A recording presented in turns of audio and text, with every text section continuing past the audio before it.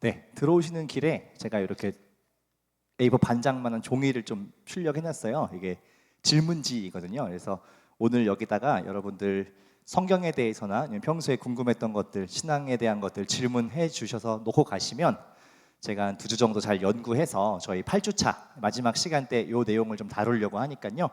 예, 평소에 궁금했던 거 아주 그냥 편하게 다 질문하셔도 됩니다. 여러 개 하셔도 되고 예, 잘 적어서 예, 오늘 수업 끝나고 나가시는 길에 잘 모아주고 가시면 예, 제가 하나하나 잘 확인하고 또 준비해서 예, 마지막 시간 여러분 주신 질문 중심으로 한번 수업을 진행해 보도록 할 테니까요. 예, 좋은 질문들 많이 주시면 좋을 것 같습니다.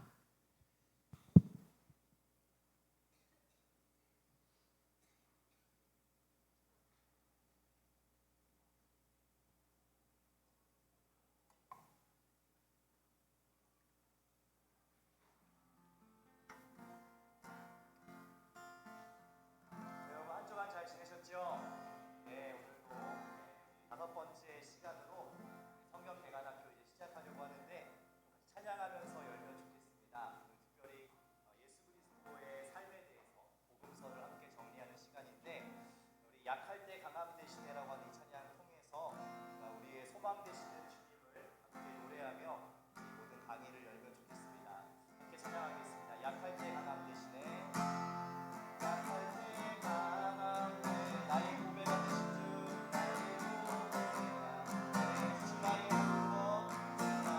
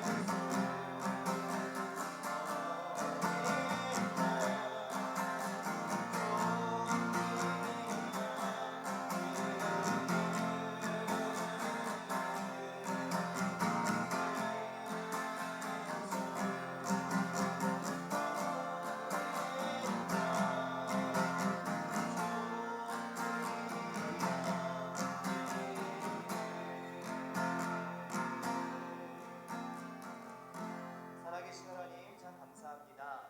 오늘 성경 개관학교 5번째 시간으로 함께 사복음서의 세계를 살피고 우리에게 무엇이 참으로 복된 소식인지 그 주님의 오심이 우리에게 얼마나 귀한 소식인지를 다시 한번 생각하고 발견하고자 합니다. 성령께서 이 시간 함께 하셔서 우리 가운데 오신 예수 그리스도 그 복음의 참된 의미를 깊이 깨닫게 하여 주시고 이 말씀을 통하여서 우리의 삶에 다시 한번 새로운 소망과 능력이 거듭혀질 수 있도록 인도하여 주시옵소서. 시작하는 시간 여기 마치는 모든 시간까지 함께 하실 것 믿고 감사드리며 살아계신 예수 그리스도의 이름으로 축복하며 기도합니다. 아멘.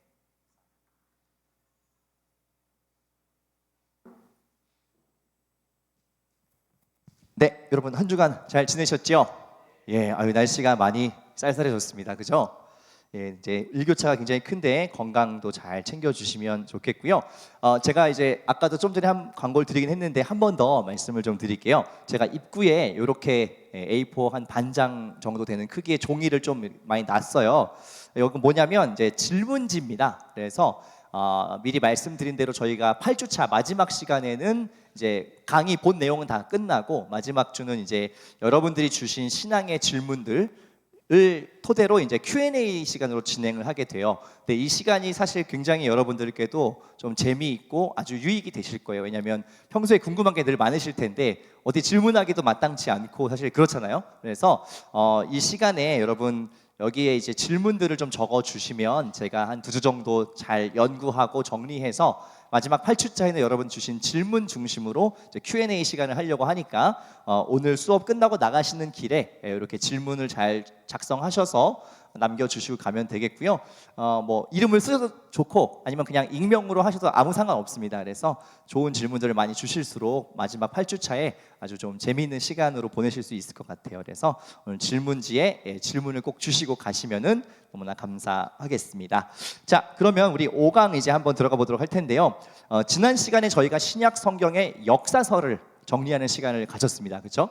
그래서 역사서는 총 5권이 있었고 그 5권을 조금 더 우리가 세부적으로 나누어서 이제 봐야 된다 하는 말씀을 드렸는데 역시나 또 기억이 이제 새롭게 예, 또 새로우실 거잖아요. 그래서 오늘도 한번 복습을 하고 가도록 하겠습니다.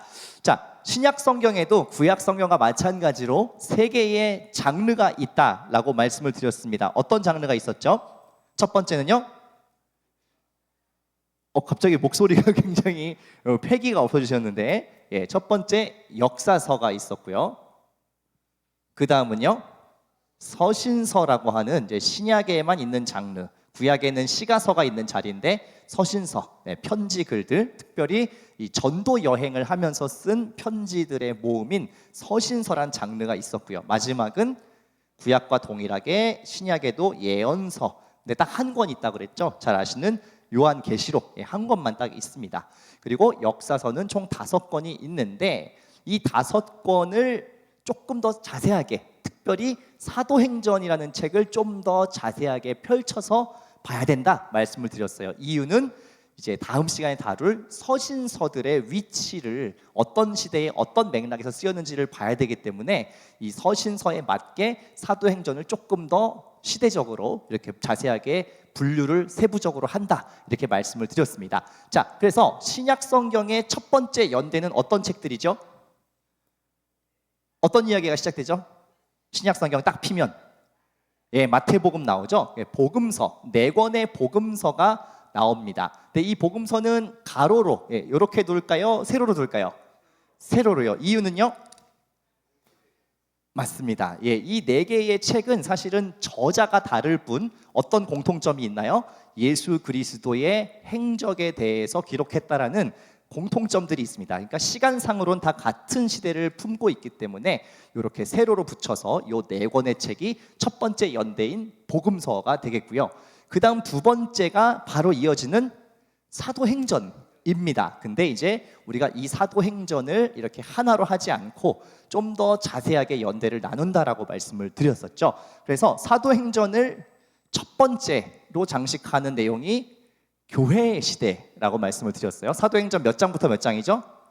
1에서 12장까지가 교회가 형성되고 사람들이 이제 그리스도인이라는 정체성을 가지고 함께 모이기 시작하는 이야기가 등장합니다. 그리고 이 이야기의 시작은 사도행전 1장 8절에 기록된 성령의 오심으로부터 시작돼서 이제 믿는 사람들이 늘어나고 또 복음을 전하면서 점점 더 확장되는 교회의 시작이 사도행전의 첫 번째에 기록되어 있고요. 그 다음 연대는 어떤 이야기가 있다고요? 요거는 이제 사도행전에는 없지만 나중에 이렇게 내려가면 서신서에서 갈라디아서에서 이 사도 바울이 아라비아 광야에서 2년 정도 이제 주님과 독대하고 사명을 명확하게 하는 시간이 있습니다. 그래서 요거를 이제 세 번째 연대로 보고요. 그 다음이요. 사도 바울이 이제 여기 사명을 확실하게 했다고 했잖아요. 주님과 독대하며 그 다음 이제 뭘 해야 돼요? 그러면 사명을 받았으니까 그 사명을 따라 이제 실제로 움직이겠죠. 그래서 1차 전도 여행이 이제 신약 성경의 네 번째 연대고요. 장은 13장부터 15장까지 이렇게 걸쳐서 첫 번째 전도 여행, 그래서 주로 소아시아 지역 일대를 전도했다라고 말씀을 드렸습니다. 그 다음 바울의 두 번째 전도 여행이 나오는데 조금 더 범위가 확장됩니다. 1차 전도 때는 이제 소아시아 지역이었다면 소아시아 지역을 넘어서 이제 그리스 지역까지 확장하는 동선을 볼 수가 있죠. 그래서 16장부터 18장까지의 두 번째 전도 여행이 기록이 되어 있습니다. 그 다음은요. 어렵지 않은데 1, 2, 3차죠. 그죠? 세 번째 전도 여행을 이제 떠나게 되는 게 신약의 여섯 번째 연대입니다. 19장부터 몇 장까지죠? 21장까지가 기록이 되어 있습니다. 그래서 3차 전도 여행 때는 2차랑 똑같은 지역 한 번 더 돌아보는데 가장 결정적인 차이는 뭐냐면 3차 전도 여행 끝날 때 사도 바울이 어떻게 된다고요? 체포됩니다. 그래서 이 내부의 적들, 유대인 그리스도인들이 이방인들 전도하는 것을 뭔가 불편하게 여기기 시작하면서 사도 바울의 이 전도 여행을 금지해야 된다. 우리만 구원받아야 되는데 이방인들까지 구원받는 것은 싫다 이러면서 거꾸로 사도 바울을 쫓아다니면서 방해하기 시작해서 이 3차 전도 여행 끝낼 때 예루살렘에서 사도 바울은 체포되게 됩니다. 자, 그러면서 그 다음에 전도 여행이 한 개 더 나옵니다. 근데 되게 신기하죠? 체포된 데서 4차 전도 여행을 어떻게 갔냐면 실제로 자유인의 몸으로 움직인 것이 아니라 이제 미결수의 신분, 재판받으러 이제 돌아다니면서 그때도 계속 전도를 해요. 그래서 전도 여행이라고 이렇게 보고 22장부터 사도행전 마지막인 28장까지가 4차 전도 여행. 하지만 이제 미결수의 신분으로 이제 로마로 호송되면서 전도를 하는 마지막 이제 사도행전의 기록이 있고요. 자, 여기까지가 이제 사도행전의 기록이죠. 그죠? 28장까지. 그리고 그 뒤에 두 개의 연대가 더 있는데 여덟 번째 연대는 이제 5차 전도 여행이라고 되어 있지만 요건 사도행전의 기록은 없고 다른 서신서들을 미루어 봤을 때 이제 사도 바울이 이제 체포되고 실제로 이제 사형당하는 그 시기로 봅니다. 그래서 이때는 이제 내부의 적, 유대인 그리스도인들뿐만 아니라 이제 로마의 핍박도 점점 강해지는 시기입니다. 그래서 사도 바울도 순교하고 이런 베드로나 이런 사도들 또한 계속해서 이제 핍박을 받는 공동체를 위해서 믿음을 끝까지 지켜야 될 것을 아주 강조하는 그런 서신서들이 이제 많이 나오게 됩니다. 여덟 번째 연대고요. 그 마지막 아홉 번째 연대는 이제 후기 사도 시대라고 해서 바울이나 베드로나 이런 사람들이 다 이제 순교한 이후에 살아남은 사람들, 특별히 그 중에서도 이제 사도 요한이 쓴 서신들이 굉장히 많이 남아 있는 시대입니다. 그래서 여기 마지막으로 이제 후기 사도 시대 이렇게 돼 있고 신약은 이제 역사적으로 열려 있다라고 말씀드렸죠, 그죠? 왜냐하면 성령께서 오신 후에 그리고 전도를 하게 하시고 복음이 전파되게 하신 이후에 어떤 약속이 하나 남아 있어요?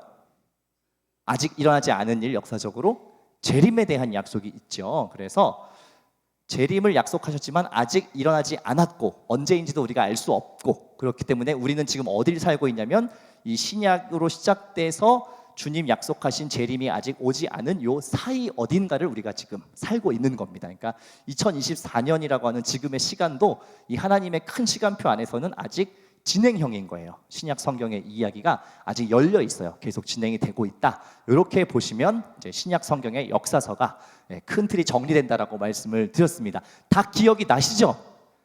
알려드리니까 나시는 거예요, 그죠? 그냥은 이게 잘 안 되실 거고. 하지만 말씀드리지만 계속 반복해서 요거를 신약은 9개의 연대고 복음서 4개, 그리고 사도행전은 펼쳐서 여기까지, 그리고 뒤에 2개 시대 더 있고 요거를 계속 리마인드를 하셔서 딱 머릿속에 넣으셔야 이제 성경을 읽기도 편하시고 나중에 이제 다음 주에 서신서 공부할 때 다 요런 시대에 맞춰서 서신서가 다 이제 배열이 돼요. 왜냐하면은 전도 여행 하면서 쓴 책들이니까 요 시간대를 잘 머릿속에 넣으시면 좋겠습니다. 자, 지난 시간에 여기까지 저희가 정리를 했었고 이제 오늘은 뭘 할 거냐면 지난 시간에 희한할 정도로 하나도 안 다루고 그냥 쓱 넘어간 것이 바로 요 복음서 파트입니다. 그죠? 어쩌면 신약 성경에서 제일 중요하다고 할 수 있는 요 복음서 부분을 제가 그냥 복음서 4개 있습니다. 첫 번째 연대라고 하고 바로 사도행전으로 이제 일단 큰 구조를 잡아야 돼서 먼저 말씀을 드렸고, 오늘은 이제 요 첫 번째 연대인 예수 그리스도의 복음서에 대한 얘기만 1시간을 좀 따로 잡아서 하려고 해요. 그만큼 가장 핵심이기도 하고 또 가장 여러분들 얘기할 내용들이 많은 부분이어서 요거는 아예 이제 오늘 1시간 따로 떼서 진행을 하려고 합니다. 자, 그러면 본격적으로 한번 들어가 보도록 하겠습니다. 복음서라고 불립니다. 그죠? 복음을 기록한 책이겠죠. 자, 그러면 여러분께 한번 질문을 드려볼게요. 너무나 어떻게 보면 간단한 질문일 수도 있고 너무 간단해서 대답하기가 어려운 질문일 수도 있는데, 복음이 무엇입니까, 여러분? 복음이 뭔가요? 예, 예, 영어로 일단 말씀해 주셨습니다. 뭐 이제 그다음 일본어 아시는 분 일본어도 말씀해 주시고, 굿 뉴스, 예, 좋은 소식, 그렇죠? 한자로 복된 뭐 소식 이렇게 말씀드릴 수 있습니다. 일단 한번 잘 피해 가신 것 같아서 조금 더 집요하게 캐물어 보도록 하겠습니다. 왜 복된 소식인가요? 그러면 무엇이 복된 소식이라는 거죠? 듣는 사람에게 좋은 소식이라는 거잖아요. 이게 굿뉴스, 아주 기쁜 소식, 들었을 때 반갑고 오 너무 좋다라는 생각이 드는 소식인데, 왜요? 일단 뭐가 복음이죠? 핵심. 네? 자, 지금 여러 가지 이야기가 나왔습니다. 예수님 얘기도 나왔고 들렸고, 천국 이야기도 들었고, 또 뭐 있을까요? 하나님 나라, 책을 앞서 보신 듯한 느낌이 드는 하나님의 나라. 네, 여러 가지 말씀들을 해주셨어요. 그럼 이게 어쨌든 우리에게 좋다는 거잖아요. 좋은 소식. 자, 그러면 여러분께 한번 물어볼게요. 여러분, 정말 이 예수님의 이야기가 여러분께 복음인가요? 아니, 이럴 수가. 잠시만요. 지금 제가 교회에 있는 거 맞죠? 다른 데 간 거 아니죠? 이 많은 분들 중에 한 2분 정도만 그렇다고 하시고. 자, 복음이라는 건 복된 소식, 좋은 소식인데, 이게 누구에게 좋은 소식이냐면 모든 듣는 사람들에게 좋은 소식이라는 거예요. 모든 인류를 통틀어서 이 이야기를 듣는 모든 사람들에게 좋은 소식이다라는 것인데, 그럼 왜 이게 좋은 소식이냐라고 한번 우리가 생각해 볼 필요가 있죠. 그러니까 이게 등잔 밑이 어둡다고 너무 익숙한 단어는 오히려 우리가 잘 설명하기 어려워요. 그러니까 알긴 알아, 믿고 계시는데 그 복음이 뭡니까? 아니면 왜 여러분께 복음이죠? 라고 물어보면 의외로 굉장히 뭐라고 설명하기 참 어려운 이런 생각이 듭니다. 자, 차근차근 한번 이 단어를 조금 더 디테일하게 한번 분석을 해볼게요. 자, 좋은 소식이 있다는 것은 그것을 기다리는 어떤 상황이 있어야 됩니다. 그죠? 맞아요? 여러분들 뭐 그냥 좀 쉬운 예를 들어볼게요. 월급날 좋죠? 기쁘죠, 되게. 그 날짜 딱 정해져 있잖아요. 이때 월급이 들어오고 통장에 꽂힌다. 물론 금방 나가지만, 근데 그게 딱 들어올 때 어떤 기쁨이 있잖아요. 기다림이라는 게 있지 않습니까? 복음은 일단 누구에게 반가운 소식이냐면 그것을 기다리는 사람들이에요. 기다림이 있는 사람들. 사실은 이 기다림이 없으면 하나도 안 반가운 거예요. 근데 간절히 원하고 바라는 것이 있는데 그게 실제로 이루어졌을 때, 그 기다림이 충족됐을 때 우리는 이것이 즐겁습니다. 기쁘고 만족스럽죠. 그렇다면 이 복음을 들어야 되는 사람들은 이 기다림이라는 게 있었다는 거예요. 무언가가 굉장히 필요하고 이게 있었으면 좋겠고 라는 기다림이 있는 상황인데, 역사적으로 한번 볼게요. 자, 구약 성경이 끝날 때에 어떤 제국이 이 지중해 일대를 호령하고 있다고 했습니까? 로마입니다. 그렇죠? 예, 이 제국들의 스토리가 있다고 했죠. 이집트, 애굽도 나오고 중간에 아수르 나와서 북이스라엘 점령하고 바벨론이 남유다 점령하고 그 바벨론을 또 페르시아가 멸망시키고 그 페르시아도 또 멸망하고 헬라도 나오고 그 다음에 로마가 패권을 잡고 있던 시기가 이 예수님께서 태어나셨던 요 시대라고 말씀드렸잖아요. 그러니까 이 당시에 이스라엘 사람들 그리고 지중해의 이 지배를 받던 수많은 로마의 피지배 국가들은 뭐를 기다렸겠습니까?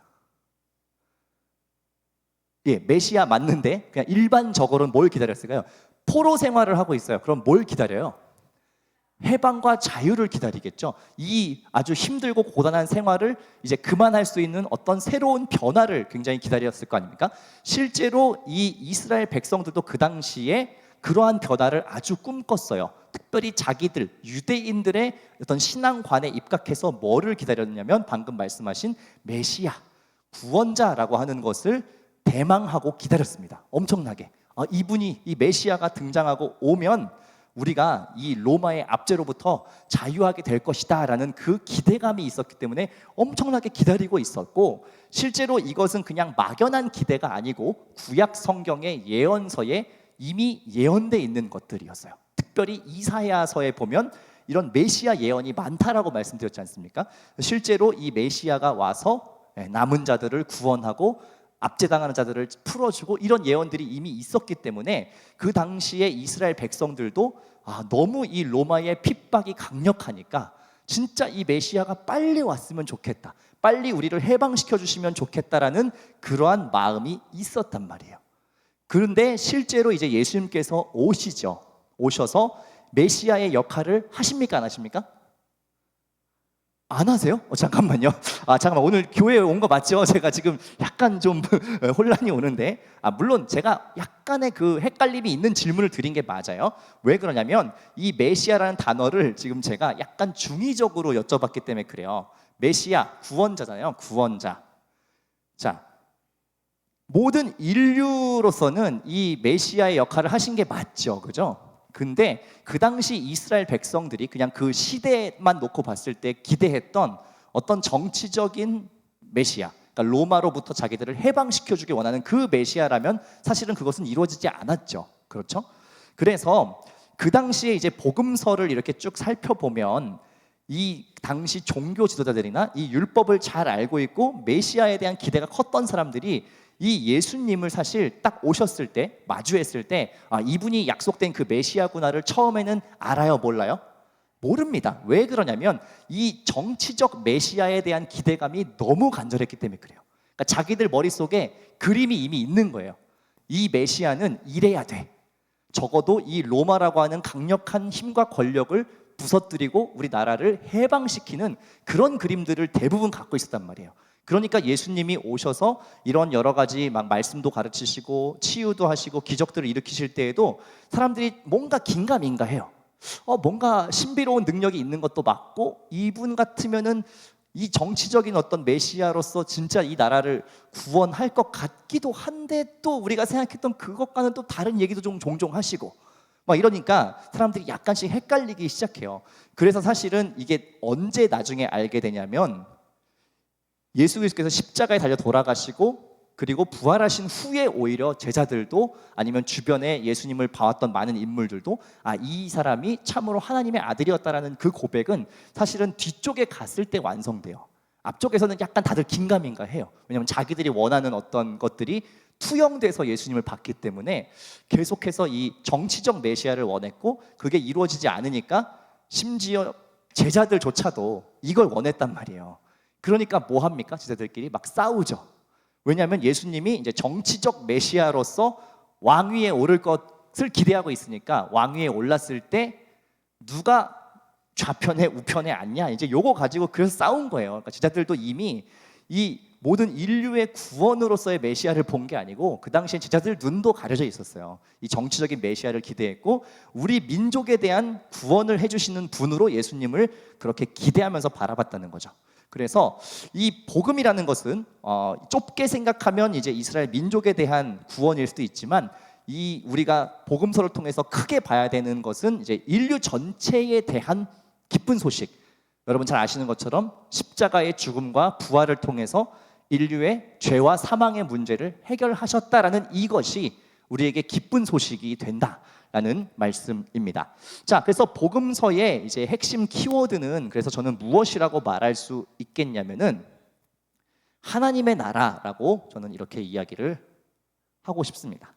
물론 이제 이거는 여러 가지 표현들이나 다양한 해석들이 있을 수 있어요. 복음서의 핵심이 뭐냐라고 물어봤을 때 복음이죠. 당연히 복음서니까 여러 가지가 있지만 저는 하나님의 나라가 예수님께서 공생애의 모든 기간 동안에 계속해서 우리에게 말씀하셨던 것이 하나님 나라라고 저는 이렇게 말씀을 드리고 싶어요. 자, 여러분 하나님 나라가 무엇입니까? 하나님의 나라가 뭐죠? 네, 천국.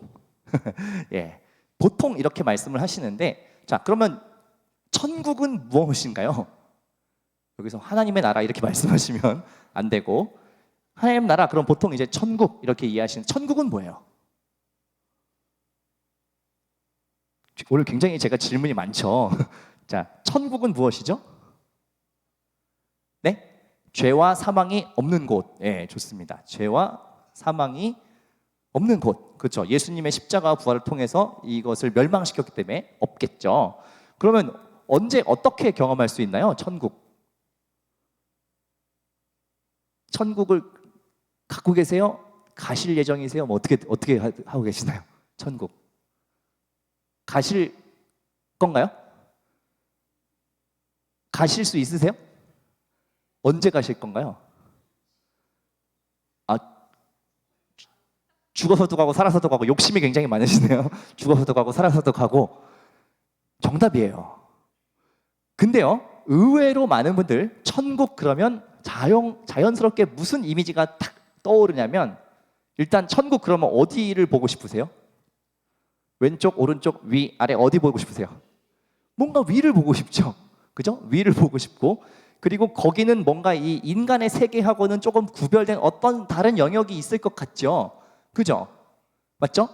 이게 여러분들이 가지고 계시는 조금은 왜곡된 천국에 대한 이미지입니다. 아주 틀린 것은 아니에요. 왜냐하면 요한계시록에 실제로 어떤 새하늘과 새 땅, 그러니까 이 인류의 세계와는 다른 어떤 시공간을 분명히 그리고 있기 때문에 아주 틀린 것은 아니지만, 여러분 놀랍게도 여러분이 갖고 있는 이 일반적인 천국이라고 하는 어떤 이미지나 모티브는 상당 부분 우리가 유교적인 혹은 불교적인 이런 내세관에 굉장히 있다 있습니다.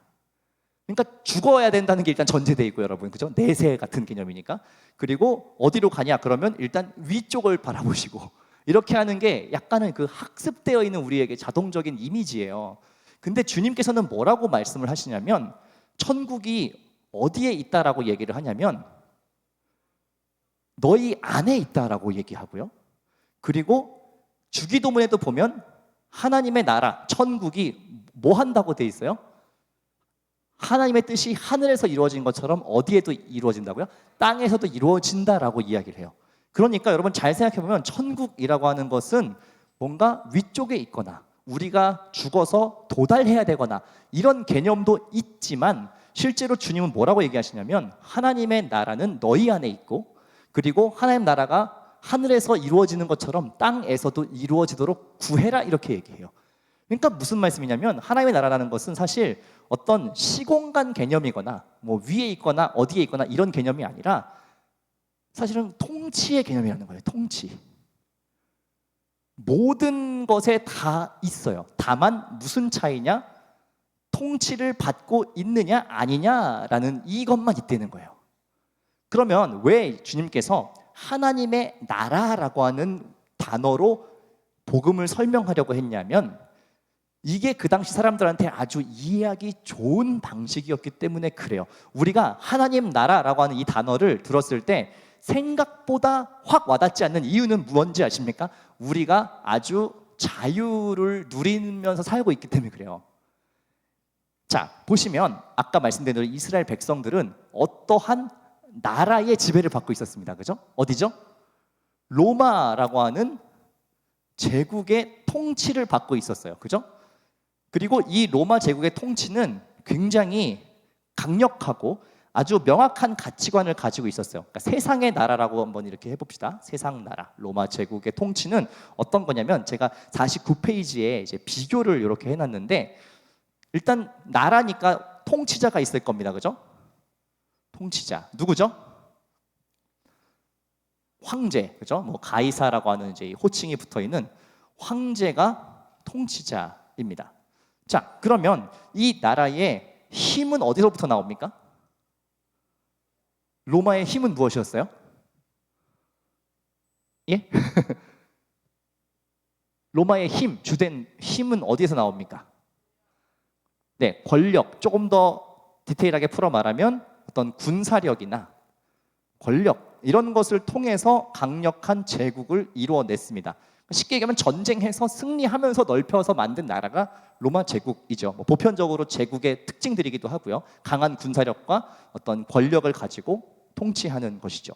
그럼 무엇을 추구할까요? 주로 추구하는 가치관, 뭘 추구하겠습니까? 이 제국을 유지하기 위해서 뭘 해야 돼요? 계속해서 전쟁을 해야 되고요. 침략해야 되고 빼앗아야 됩니다. 이게 제국이 계속해서 성장하거나 유지할 수 있는 방식이에요. 전쟁 혹은 약탈 이런 것들을 통해서 이 나라를 유지해 갑니다.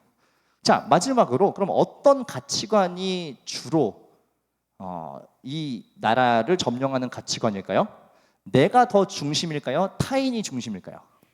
내가 중심입니다. 나 중심. 내가 이기고 내가 더 갖는 것이 중요한 것. 이것이 바로 그 당시 이스라엘 백성들이 날마다 눈만 뜨면 마주해야 하는 로마 제국, 세상 나라의 기본 틀이었어요.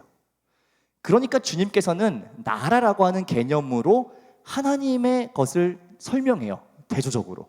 왜냐하면 그 당시 사람들이 이 나라라는 개념으로 얘기하면 아주 이해가 편합니다. 왜냐하면 나라를 빼앗겼고 이 나라, 자기가 통치받고 있는 이 나라의 이런 시스템 자체가 인간을 정말로 인간답지 않게 여기는 그런 시스템이잖아요.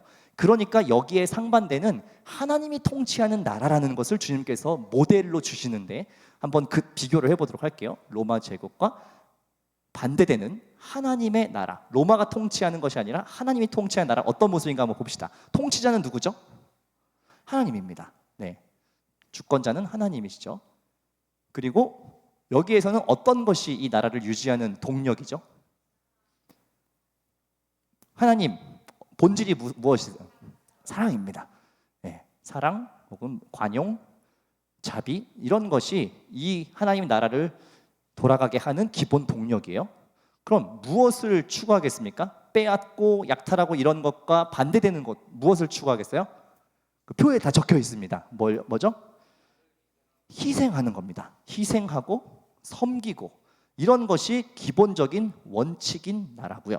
마지막으로 그럼 가치관은 나 중심이겠습니까? 타자 중심이겠습니까? 타자 중심이죠. 타인을 향해서 나를 내어주는 것. 이게 이 모든 것이 예수 그리스도의 십자가에 다 들어가 있는 가치예요. 그죠? 그러니까 주님께서는 이 복음서를 통해서 계속해서 하나님의 나라를 말씀하세요. 하나님 나라는 이런 것이다, 이런 것이다 라고 하면서 쭉 얘기를 하세요. 하나님이 통치하시는 나라는 세상 왕이 통치하는 나라의 모습과 얼마나 다른가라는 것을 계속해서 보여주시고 주님께서 공생의 기간에 행하신 가르침, 치유, 기적 이 모든 것은 하나님 나라가 과연 무엇인가를 이 사람들이 상상하고 그려볼 수 있도록 하기 위해서 주신 수많은 예시들이에요. 그 사건, 그 말씀의 가르침, 그 기적들을 통해서 엿보는 거예요. 상상할 수 있는 그동안은 상상력이 갇혀 있었어요. 왜냐하면 이런 걸 상상해 볼 수가 없어요. 이 강력한 눈만 뜨면 존재하는 이 실체 로마의 나라가 코앞에 있기 때문에 감히 이걸 상상하지 못해요. 다 잊어버렸어요. 하나님이 어떤 분인지, 하나님이 다스리시는 것이 무슨 삶이었는지를 다 까먹었단 말이에요. 이스라엘 백성들이. 그래서 이걸 다시 떠올리게 하기 위해서 주님께서 여러 가지 가르침, 기적, 여러 가지 또 치유 이런 걸 통해서 하나님 나라란 이런 모습이야 라고 하면서 너희가 이 나라의 통치를 받는 삶에서 하나님의 통치를 받는 하나님 나라의 백성으로 바꿔지라는 이야기를 궁극적으로 하시는 거예요. 그리고 이것을 바꿀 수 있는 방법이 뭐라고요? 예수 그리스도의 십자가를 통해서 우리는 이제 죄나 악의 이런 노예로 살아가는 이 나라의 지배를 받는 것이 아니라 하나님의 백성이 돼서 하나님 나라의 가치관을 따라 살아가는 새로운 삶으로 옮겨질 수 있다라고 이야기하는 거예요. 이게 복음입니다, 여러분. 보세요. 우리가 그러니까 이 하나님 나라의 복음이 안 간절한 이유가 뭐냐면 보편적으로 일단 우리 이 시대에 존재하는 민주 국가들은 대부분 그래도 이런 것들을 더 고귀한 가치로 쳐요. 그렇죠? 근데 여전히 여러분 이러한 모습들도 역시 막강하게 존재해요. 여러분 좀 더 제가 솔직하게 한꺼풀 벗겨 얘기해 보겠습니다. 여러분 이 로마 제국이라는 이런 실제적으로 우리가 무슨 자유를 빼앗기고 이런 건 지금은 아니잖아요. 하지만 이러한 가치들이 지금도 시퍼렇게 살아있는 세상입니까? 아닙니까? 너무 동의되시죠? 여전히 사실은 이런 권세들이 세상을 주도하고 이끌어 가려고 하고 있어요. 실제로 그 안에서 이 당시 이스라엘 백성들이 핍박받고 고통받았던 것처럼 수많은 사람들이 비명을 지르고 눈물을 흘리고 아파하는 그런 일들은 이 시대에도 똑같이 일어납니다. 그렇기 때문에 주님께서는 계속해서 이 하나님 나라에 대한 것을 이야기하시면서 우리에게 뭘 얘기하냐면 세상 나라의 권세가 자연스럽게 통치하는 나라가 아니라 하나님 나라의 백성들이 이러한 가치관을 따라 살면서 더 많아지고 더 힘을 얻어서 이 악한 자들의 통치들을 더 작게 만들고 궁극적으로 무력화시키라는 그 명령을 우리에게 주시고 계시다는 거예요. 그것을 우리에게 사명처럼 주시고 계시다라는 거죠. 그래서 복음 요약하면 저는 이렇게 말씀드리고 싶어요. 세상 나라 혹은 이제 사단이라고 볼 수 있겠죠. 악한 권세에게 지배받는 그 삶에서, 악과 죽음의 권세에 사로잡힌 그 삶에서 하나님 나라의 백성으로 편입되는 변화, 저는 이것을 복음이라고 얘기하고 싶고, 그래서 주님께서는 그 복음을 경험한 사람들이 어떠한 삶을 살아야 되는가를 이미 다 샘플로 보여주셨어요. 이 사복음서에 등장하는 수많은 사건들을 통해서 이미 우리에게 보여주셨다라는 것이죠. 그래서 이 복음을 저는 이제 조금 더 디테일하게 이제 설명을 한번 드렸고, 그럼 복음서에 있는 수많은 사건들이 어떻게 하나님 나라를 소개하고 있는가라는 이야기를 한번 더 해보도록 하겠습니다. 자, 여러분 성경에서 예수님께서 행하신 기적이나 치유 이런 것들 어떤 거 알고 계시는 거 있죠? 떠오르시는 대로 한번 말씀해 볼까요? 예수님 행하신 사역, 네? 물로 포도주를 만드는 가나의 혼인잔치, 요한복음 2장에 나옵니다. 또요, 나병 환자를 치유하시고, 네, 또요, 오병이어의 기적을 일으키시고, 또 뭐 있습니까? 예? 나사로, 죽은 나사로를 살리시는 또 어떤 것 있죠? 예? 병자를 고치신, 병자 너무 많이 고쳐가지고, 그죠? 여기 다 포함됩니다. 병자들 종류가 아주 많죠. 병자를 치료하시고, 예, 맹인 눈뜨게 하고, 네, 귀신 들린 자 쫓으시고, 여러 가지 이런 치유의 기적, 여러 가지 다 있습니다. 자, 이런 것 하나하나가 우리가 개별적으로 알고 있기 때문에 그냥 예수님의 놀라운 신성과 능력을 보여주는 사건, 여기까지만 보통 이해하고 계시잖아요.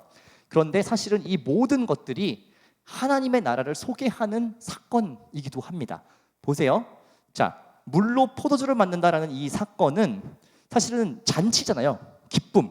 근데 어떻게 되는 거예요? 이 포도주가 떨어짐과 동시에 뭐가 끊어져요? 이 잔치하고 즐거워하는 사람들의 기쁨이 끊어지죠. 그 당시에 잔치라고 하는 것은 이 유대인들에게 있어서 하나님이 베푸는 것이에요. 하나님이 주시는 기쁨. 근데 이게 끊어졌어요. 그래서 사람들이 이 기쁨을 누리지 못하고 있어요. 근데 예수님께서 어떻게 하세요? 이 사람들의 기쁨이 멈춘 것을 보시고 어떻게 해요? 물로 포도주를 만들어서 이 끊어졌던 기쁨을 다시 재개시키죠.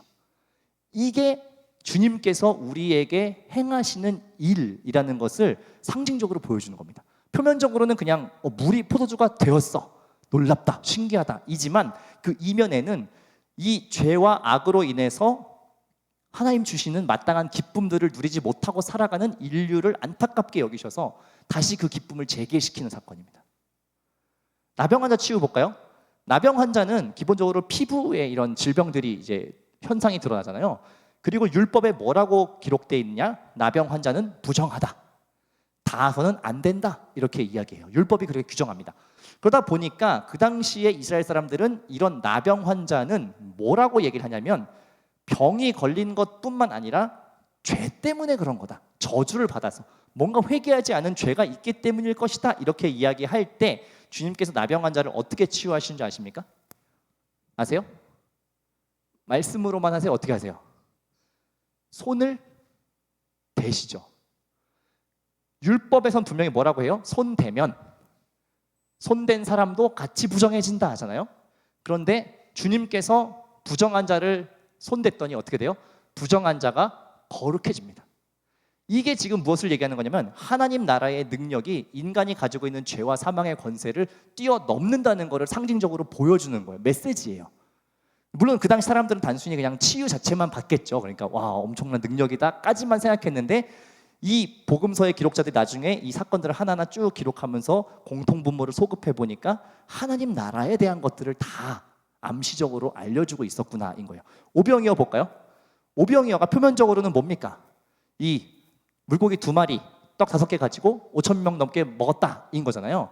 단순히 그냥 와, 멋있다, 엄청난 기적이다가 아니고 뒤집어 이야기하면요, 로마의 나라에서는 그토록 배고프고 굶주린 사람이 많았다는 거예요.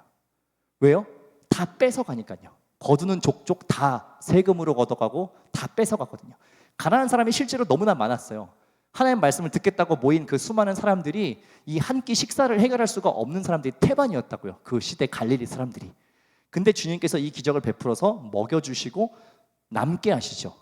그 얘기는 무엇이냐? 하나님이 통치하는 나라는 한 사람이 무언가를 독점하고 배부르는 그런 나라가 아니라 그 작은 것을 받으셔서 하나님 축복하셔서 많은 사람들이 함께 먹게 하시는 나라다라는 것을 보여주시는 메시지입니다.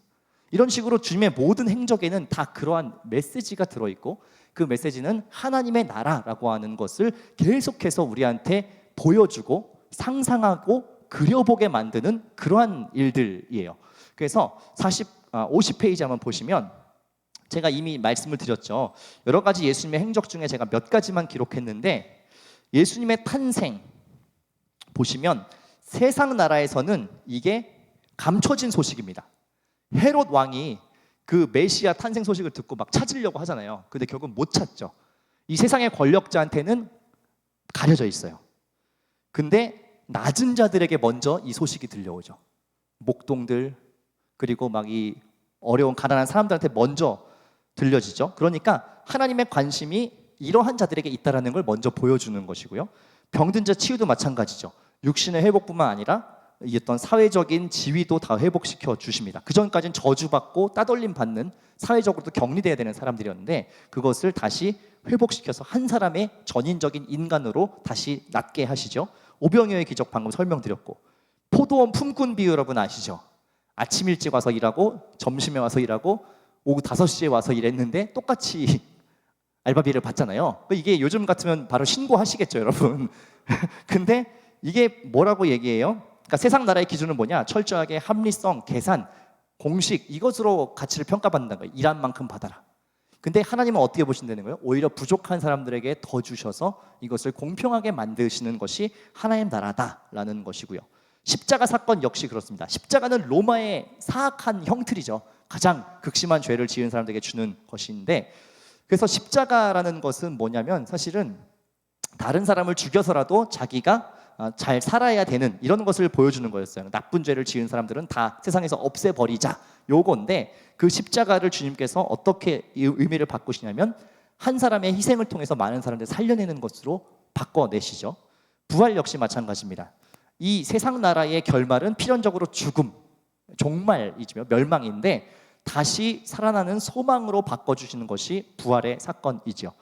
그러니까 예수님의 모든 생애는 사실 하나님 나라가 무엇인가라는 것을 자신의 모든 삶을 통해서 다 보여주시는 이야기입니다. 그래서 여러분들이 이 복음서를 읽으실 때 그렇게 좀 보시면 좋을 것 같아요. 예수님께서 왜 이렇게 말씀하셨을까? 하나님 나라에 대해서 말씀하시기 위함 같은데 이것은 무슨 의미일까? 이 기적은 왜 행하셨을까? 왜 이런 사람들을 만나셨을까? 이 하나하나가 다 메시지예요.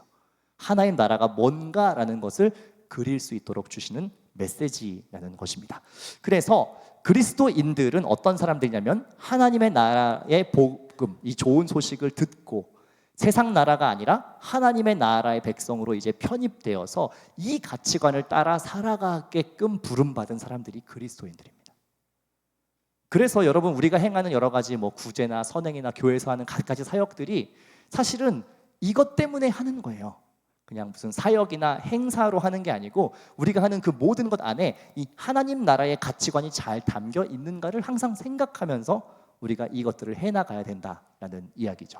그래서 복음서의 가장 핵심 키워드는 하나님 나라이다 라는 말씀을 먼저 드렸고, 자, 그 다음에 시간이 많이 갔는데 짧게 사복음서를 간단하게 좀 비교 대조해 볼게요.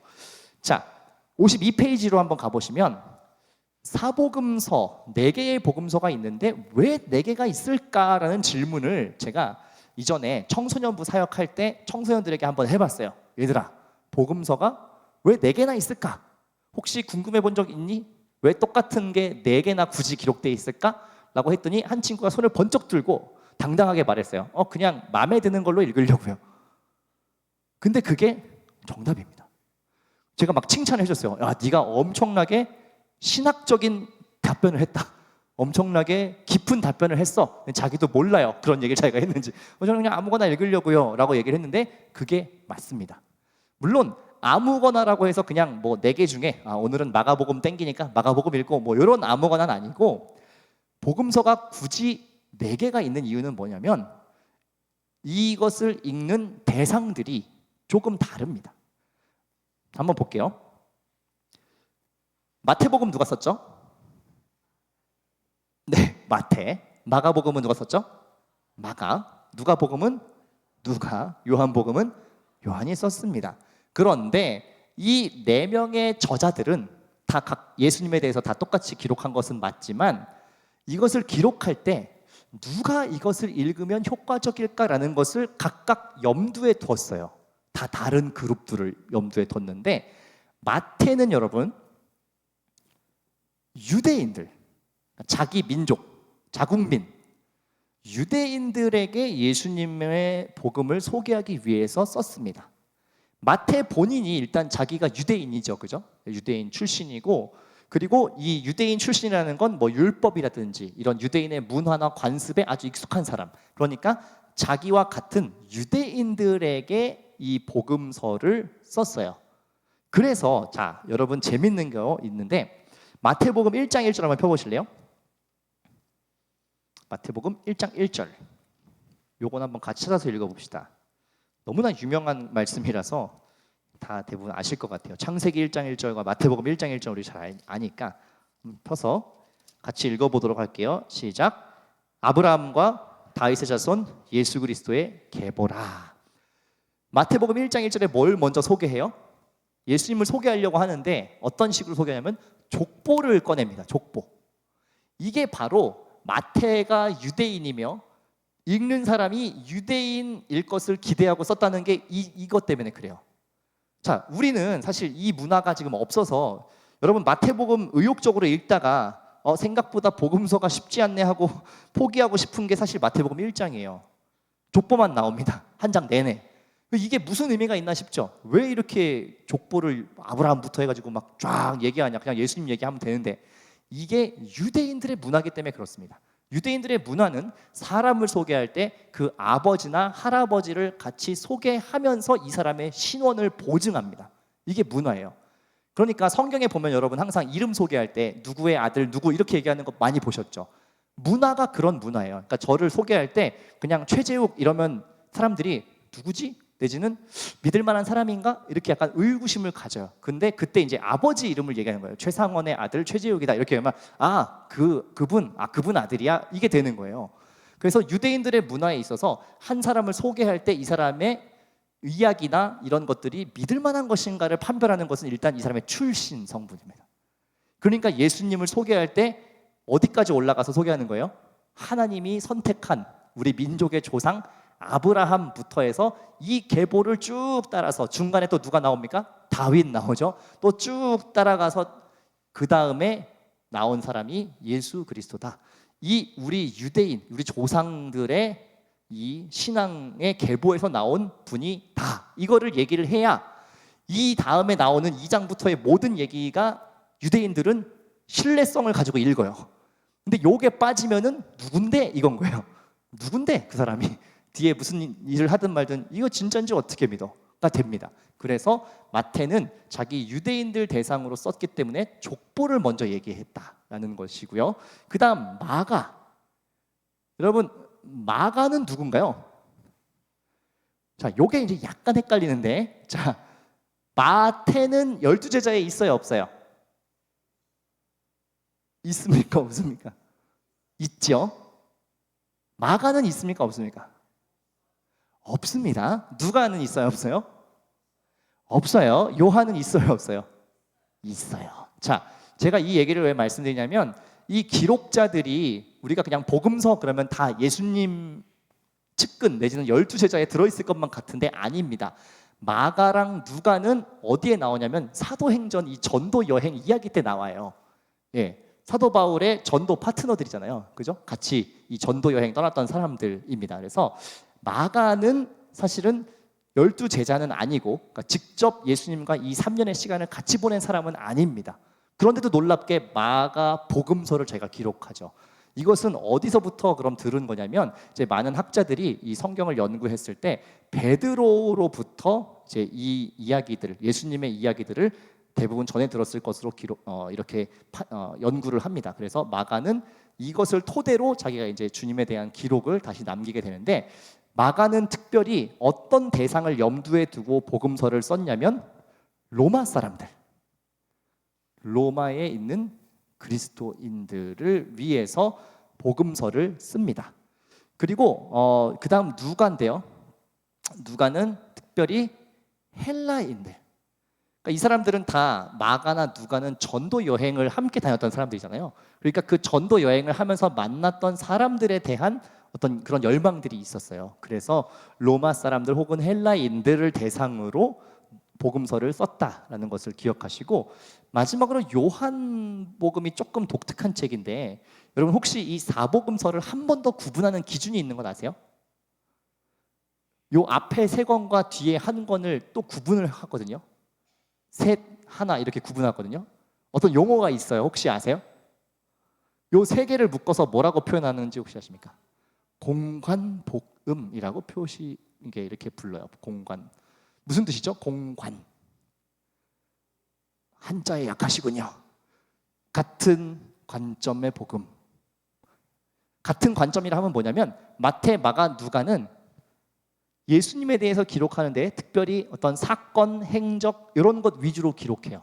그래서 관점이 이 세 권은 비슷하다라고 이야기하고 요한복음은 이 세 권의 복음서하고는 미묘하게 다릅니다. 미묘하게. 자, 보세요. 자, 그럼 마가복음이 왜 로마인들 대상으로 썼는지 마가복음 1장 1절 한번 더 펴볼게요.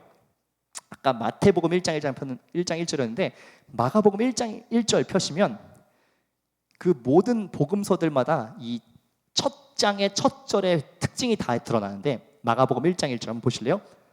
같이 한번 읽어볼게요. 시작. 하나님의 아들 예수 그리스도의 복음의 시작이라 이렇게 써 있죠.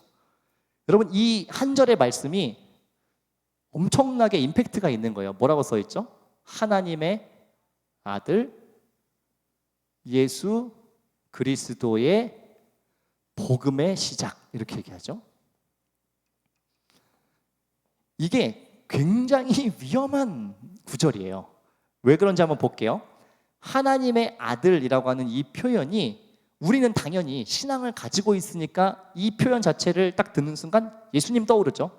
근데 그 당시에 로마 사람들은 하나님의 아들, 신의 아들 그러면 바로 누굴 떠올리냐면 황제, 가이사를 떠올려요. 가이사에게 실제로 썼던 표현입니다. 이게 이 단어 자체가. 그리고 그리스도, 구원자라고 하는 이 표현 역시 황제에게 붙이는 표현이었어요. 그 당시 시대에. 복음이라고 하는 것도 그 당시에 황제의 행한 일을 칭찬할 때 쓰는 표현이었어요. 승전보, 전쟁 나가서 또 이겼대. 또 많은 것들을 가지고 왔대. 또 많은 것들을 포로로 많은 사람들을 잡아왔대. 이게 로마의 기쁜 소식이었어요. 복음. 근데 그 모든 황제에게 쓰는 표현을 싹 다 어디로 바꿔버립니까? 예수님에게로 모티브를 싹 덮어씌우기를 해버려요.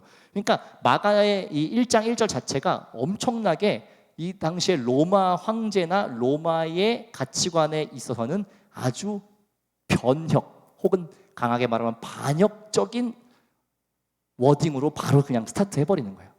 로마의 황제는 진짜 황제가 아니고 이 세상 왕은 영원한 왕이 아니고 이 분이 진짜 하나님의 아들이자 구원자이자 사람들에게 좋은 소식이다 이렇게 얘기하면서 땅 선언하고 바로 시작해버리죠.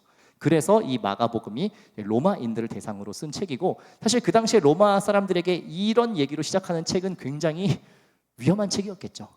거의 불온서적 수준이죠. 나라에서 그러니까 이제 이런 것들 때문에 더 핍박받기 시작한 이유가 그래요. 왜냐하면 이 황제에 대한 어떤 이 모티브를 다 가져와서 예수님이 맞다 이렇게 얘기해 버리니까 상당히 위험한 발언들이었죠. 자, 누가복음도 한번 1장 1절 펴볼까요? 표제라고 하는데 누가복음 1장 1절 1절부터 4절까지 한번 읽어보도록 할게요. 자, 시작.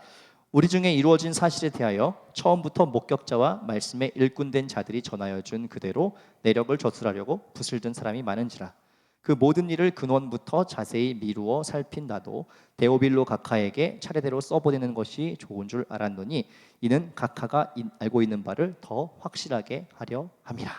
네, 그래서 누가는 사도행전을 기록한 사람이잖아요, 그죠? 동일 인물. 그래서 이 두 권을 다 쓴 거예요. 누가복음과 사도행전. 그래서 이 복음을 전하는 과정 속에서 많은 사람에게 그리스도가 누구인지를 더 정확하게 알기 위해서라고 목적에 써 있죠. 그래서 누가는 기본적으로 이방인들에게 예수님을 정확히 전하고자 하는 목적을 가졌고, 특별히 그 문체나 이런 표현들을 보면 이 헬라 문화에 있는 사람들에게 좀 더 친숙한 글로 많이 써 있다는 특징이 있고요. 마지막으로 요한복음이 왜 나머지 세 개의 복음서하고 조금 다른가 하는 것은 역시 요한복음 1장 1절을 보시면 알 수가 있어요. 자, 요한복음 1장 1절 마지막으로 한번 같이 읽어보도록 할게요. 1장 1절 읽겠습니다. 태초에 말씀이 계시니라. 이 말씀이 하나님과 함께 계셨으니 이 말씀은 곧 하나님이시라. 자, 눈치가 빠르신 분은 요한복음 1장 1절을 딱 읽는 순간 익숙한데 느낌이 뭐 떠오르십니까? 창세기 1장 1절 떠오르시죠? 태초에 하나님이 천지를 창조하시니라. 태초에 말씀이 계시니라. 이렇게 얘기하죠. 그러니까 요한은 복음서를 쓸 때 예수님을 어떤 인물의 행적으로 쓰기도 했지만 요한은 굉장히 좀 어려운 말입니다. 신학화된 복음서를 썼어요. 해석된 의미를 많이 달아놨다는 거예요. 그러니까 이거 자체가 여기 보면 뭐 예수님의 족보가 이러이러하고 언제 태어났고 어떤 일들 하셨고 이렇게 하는데, 요한은 시작부터 창세기의 그 모티브를 그대로 끌고 들어와요. 태초에 라고 하면서 예수님 자체가 말씀이시고 말씀이 육신이 되셨다라고 이렇게 얘기하면서 굉장히 신학화된 표현들, 해석된 표현들을 굉장히 많이 씁니다. 그래서 요한복음을 보면 똑같이 예수님에 대한 여러 가지 행적들 기록이 되어 있지만 어떤 게 맞냐면 그 일은 이런 뜻이었습니다. 그 일은 이러이러한 의미가 있었습니다 라고 이런 해석들을 달아놔요. 예를 들면 아까 말씀하신 그 요한복음 2장에 가나의 혼인잔치 있죠. 물로 포도주를 만드는 사건. 이런 것도 만약에 이 나머지 3명이 그걸 기록했으면 그냥 사건 중심으로 기록을 했을 거예요. 이런 일이 있었습니다. 근데 요한은 거기 사이사이에 이런 신학화된 코멘트를 집어넣어요. 예수님께서 이것을 이제 바로 행하지 않으신 이유가 있다라고 하면서 자기의 때가 아직 이르지 않았기 때문입니다. 이런 것들을 넣어놓잖아요. 이런 게 이제 신학화된 해석이에요. 자기의 때, 이게 뭐냐면 십자가를 지실 때가 아직 사역 초기이기 때문에 아직 그 시기가 오지 않았다라는 이런 해석된 코멘트들을 많이 달아내요. 그러니까 요한은 나중에 이 사건들을 쭉 다시 반추해 보니까 그 말씀이 이런 뜻이었다. 그 행적이 이런 의미, 이런 의도였구나라는 것들을 좀 더 첨언해서 씁니다. 그래서 요한복음은 나머지 3개의 복음서하고는 조금 결이 다릅니다. 그래서 요한복음은 좀 더 신학화되고 그래서 실제로 이 복음서가 쓰여진 순서도 요한복음이 가장 뒤에 있습니다. 그래서 이걸 토대로 많은 것들이 해석되고 신학화된 결과물들이 요한복음이 되겠습니다. 그래서 요한복음은 어떤 특정한 대상이 있지는 않고요. 그냥 모든 사람들을 위한 복음서 이렇게 보통 이야기합니다. 그리고 예수님의 여러 가지 행적들에 대한 해석이나 신학적 의미들을 같이 담고 있는 것이 요한복음이 되겠습니다.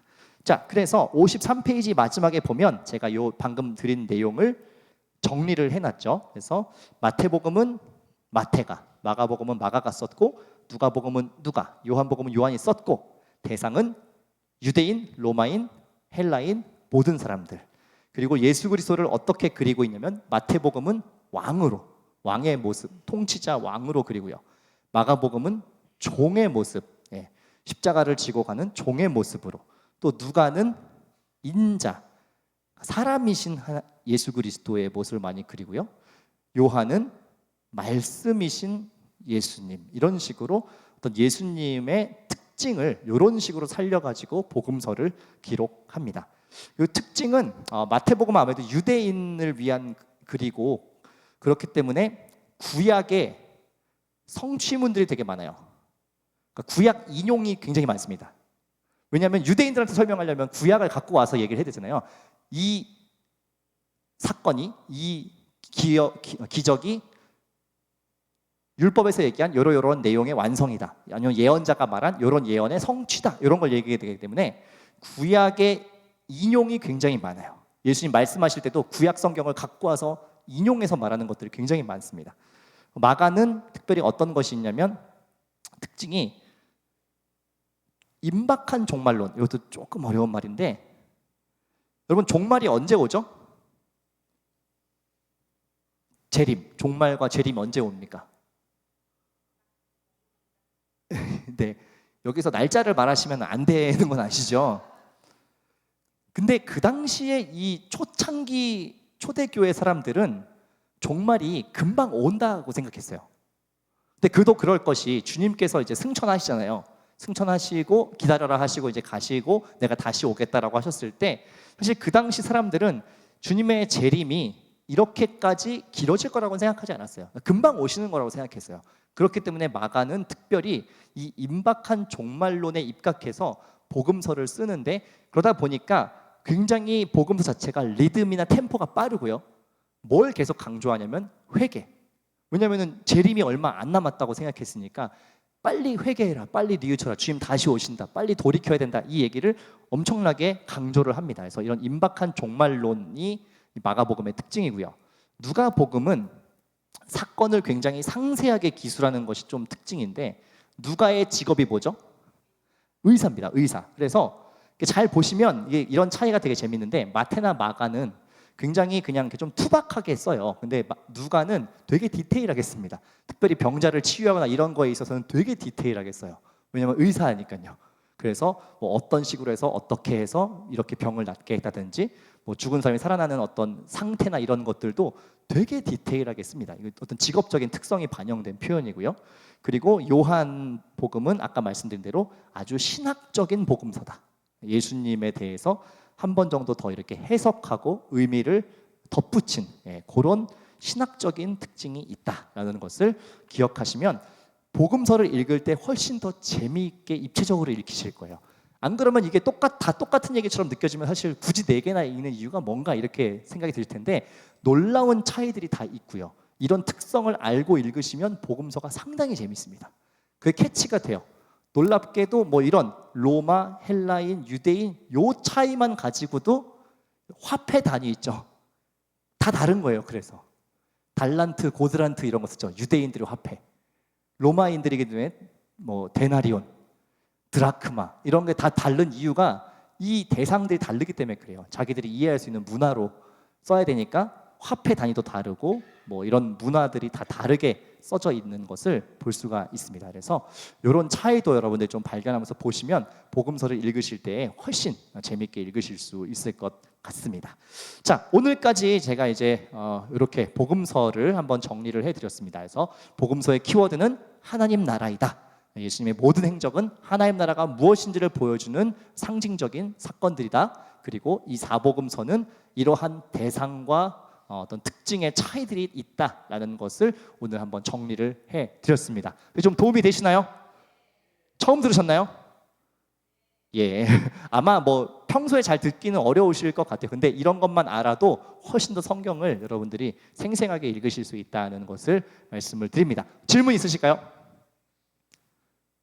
없으십니까? 예, 오늘은 없으셔도 돼요. 왜냐하면 종이에 적고 나가시면 되니까요. 질문. 그래서 아까 말씀드린 대로 요 종이에다가 질문들을 좀 적어서 저 위에 이렇게 두고 나가시면 제가 잘 수합해서 마지막 시간에 질의응답으로 한번 준비를 해보도록 하겠습니다. 오늘도 또 이렇게 잘 집중해서 들어주셔서 너무 감사하고 이제 딱 3주 남았는데 끝까지 잘 완주해 주시면 감사하겠습니다. 다음 주는 서신서를 한번 정리하도록 하겠습니다. 자, 그럼 제가 기도하고 마치도록 하겠습니다. 살아계신 하나님 참 감사합니다. 예수 그리스도의 복음서를 우리가 조금 더 다양한 각도로 살펴보았습니다. 주님께서 이 땅에 오신 그 사건, 또 이 땅에 오셔서 우리에게 보여주신 하나님의 나라가 우리에게 참으로 기쁜 소식이요, 여전히 우리가 살아가는 세상 속에서도 필요하고 간절히 대망하는 그러한 가치인 것을 우리가 발견합니다. 하나님, 여전히 세상 가운데는 세상 나라의 영향력들이 정말 뒤덮고 있는데, 정말 주님, 우리의 삶을 통해서 하나님 나라의 통치를 더 많이 선포할 수 있도록 인도하여 주시고, 정말 참된 그리스도인으로서 이 세상을 살아갈 때에 또 많은 이들에게 이 복음의 기쁜 소식을 전하고 나누며 살아갈 수 있도록 인도하여 주시옵소서. 날이 많이 춥습니다. 건강 지켜주시고 우리의 모든 삶 가운데 함께해 주실 것 믿고 감사드리며 살아계신 예수님의 이름으로 축복하며 기도합니다. 아멘. 감사합니다. 오늘도 수고 많으셨고요. 다음 주에 뵙도록 하겠습니다.